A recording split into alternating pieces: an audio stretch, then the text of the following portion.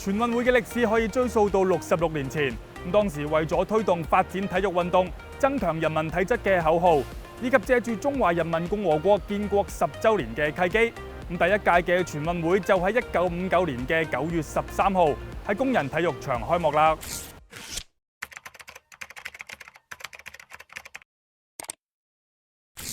北京承辦咗前4屆，之後陸續落戶到上海同廣東，由3地輪流主辦。去到2005年第10屆，再出現唔同嘅新面孔，江蘇、山東、遼寧、天津同埋陝西都主辦過一屆。